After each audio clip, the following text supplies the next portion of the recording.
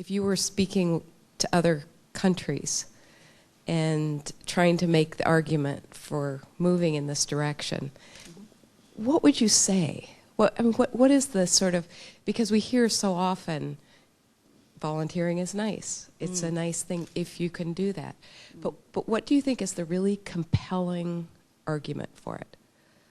I think, yeah, that's a very good question. Volunteering is still nice, but in something like a high-level consultation, when we're meeting with the government of a developing country and we're talking about what we might fund in terms of meeting some very pressing aid objectives, the volunteer program, I still think, is complementary and strengthens other aspects of what we do. And I think that's the compelling argument, in that we're building people-to-people links. And I'm saying this also because of my background in human resource management, that, you know, there is no such thing really as an organisation. There's not an organisation. There are just people, and it's the capacity of those people that will make things happen or not make things happen. So linking people to people, therefore links. You know, you bring experiences, you learn from each other, and things happen through those people to people links. And I think we can convince a government of a developing country about that, particularly as in terms of value for money. Volunteers are not expensive infrastructure projects. They're not going to you know, chew up a large amount of bilateral aid funding. Maybe that's a pity, but anyway.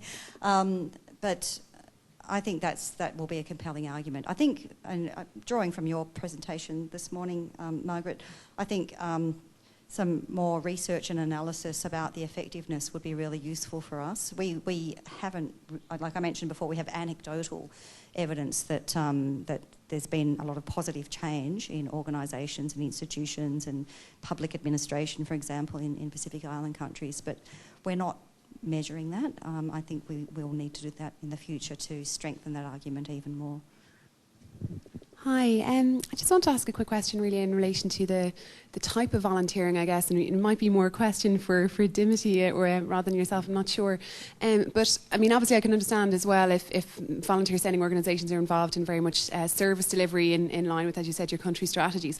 How much independence do they preserve in relation to, let's say, for example, if they want to be involved in more advocacy or campaigning issues in these countries, and in those situations, how does, let's say, AusAID interfere or not interfere in that if they suddenly also want to lobby the Australian government to support maybe more positive policies overall as a government? So I'd just be interested to hear a bit more about that.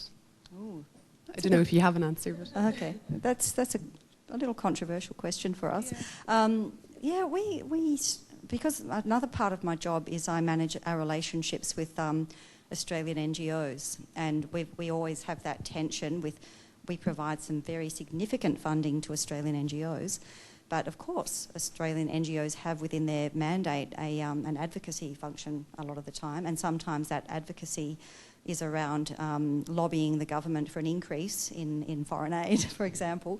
So we're kind of used to that tension, but what we say very clearly to our NGOs is that our funding cannot be used for funding any campaigns, political advocacy, or for promoting fundraising activities and things like that. So we quarantine our funding away from that. Sometimes the perception from the Australian public is less clear. So we do run into some issues there.